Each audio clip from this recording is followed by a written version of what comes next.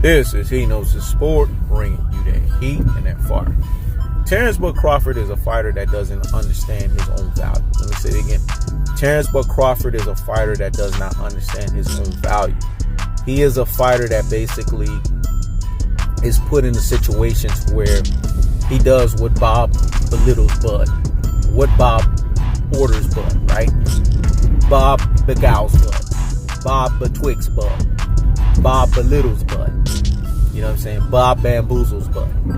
That's the situation that he's in. He's a fighter that has been bamboozled into thinking that what he is getting from Top Rank is acceptable. It's sad because he's been regressed to fighting WWE fighters. You know what I'm saying? I'm going to get a little serious. You're going to get the serious version of He Knows the Sport here because I feel for this brother. You know what I'm saying? Because a lot of people think that I'm sitting here and I'm constantly berating Terence Crawford and I'm a Terence Crawford hater. I'm actually not. Terence Crawford is my second favorite fighter at the welterweight division. Anyone that's been watching He Knows the Sport knows this long enough. The problem is Terence Crawford doesn't understand his own true value, because if he did, he wouldn't re-sign with Top Rank. I mean, you have too many examples ahead of you. Oscar De La Hoya, Floyd Mayweather, Mikey Garcia, Manny Pacquiao.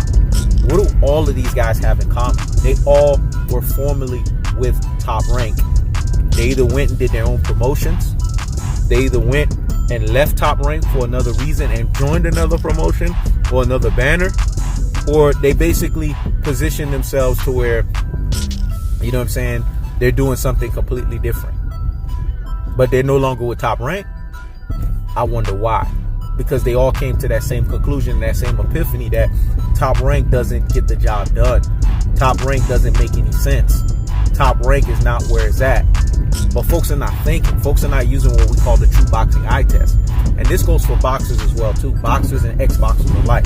Trainers and ex-trainers alike. Because Bomac is right there with him. I keep telling you guys, these Negroes don't know how to count their money. Let me say it again.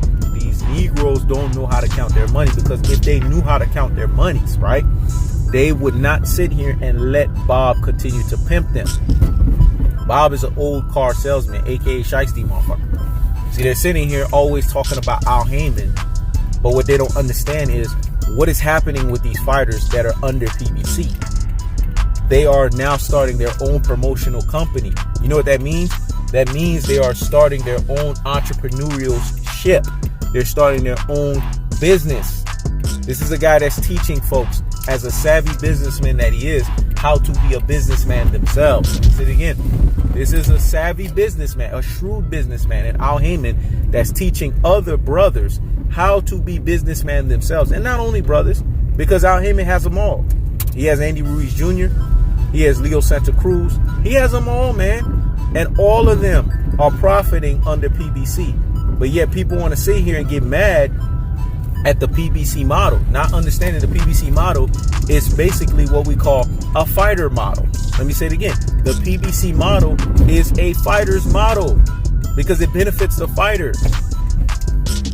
Because at the end of the day, the fighter doesn't have a promoter, he has an advisor. You see, the advisory role is completely different from the promoting role. Because when you are a promoter, you pretty much cripple and handicap what the fighter does. But in Al Heyman's model, he's like, no, you guys are going to be independent contractors. So as an independent contractor, you get to decide how you get to run. I'll give the last say so in terms of advisement. I'm not telling you what to do, because people get it twisted. Al Heyman's not telling these people what to do. He's giving them advisement because obviously he's the senior, you know what I'm saying, business person there. He's the person out of all of these fighters that understands, you know what I'm saying, the financials, that understands the business side of it. So of course you want to get his final advisement before you make moves. But he's not putting a gun to their heads. He's not doing what Bob Arum has done. He's not using this old platform or this old style of promoting to where the fighter works for me. He's the slave. You know what I'm saying? He gets to do what I tell him to do. That's what's happening with Terence Crawford. So when you see us coming with cold-hearted, unadulterated, cutthroat truths about Bud, it's not that we don't care about him. As a matter of fact, on the contrary, we care about Bud so much that we don't want to see him continue to get shit on. Let me say it again. On the contrary, we actually care about Bud so much that we are tired of this guy getting continuously shit on by Bob Arum. It's ridiculous. But he doesn't even see this, and this is what's worse. So this tells me he's either an ignorant or a naive Negro, man. Let me say it again. He's either ignorant or a naive Negro, or he chooses to be blind. It's got to be one of the three. Because you can't sit here and be blatantly ignorant and blatantly naive and blatantly blind to what's happening to you. This is like what happened with NWA, man, and how they got screwed over.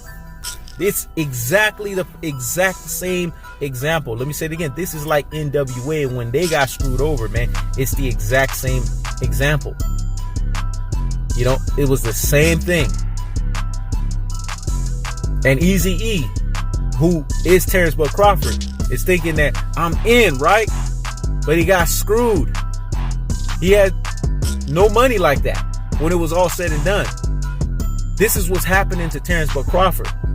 So when you sit here and see us coming after or speaking against the situation, it's because we're coming from a place of care, man. Because to be honest with you, you know what I'm saying? If I didn't care about what's happening to another brother of mine, I wouldn't be talking about it. I wouldn't be expounding upon it. I wouldn't be sitting here wasting my time.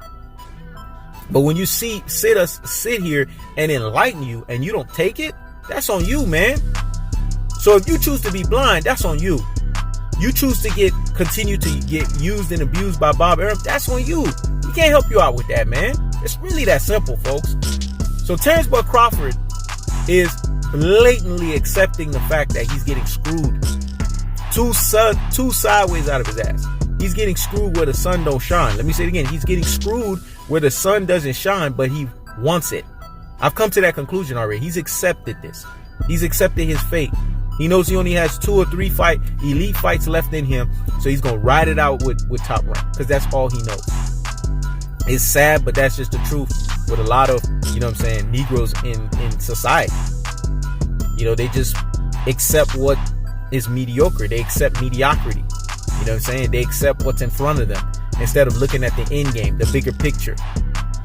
And that's what's going on with Terence Bud Crawford. So when you see me sit here and speak vehemently against what's going on with him and vehemently against how he's moving, is because of that. It's because it comes from a place of care. Not because I hate the guy. I don't even know the guy like that.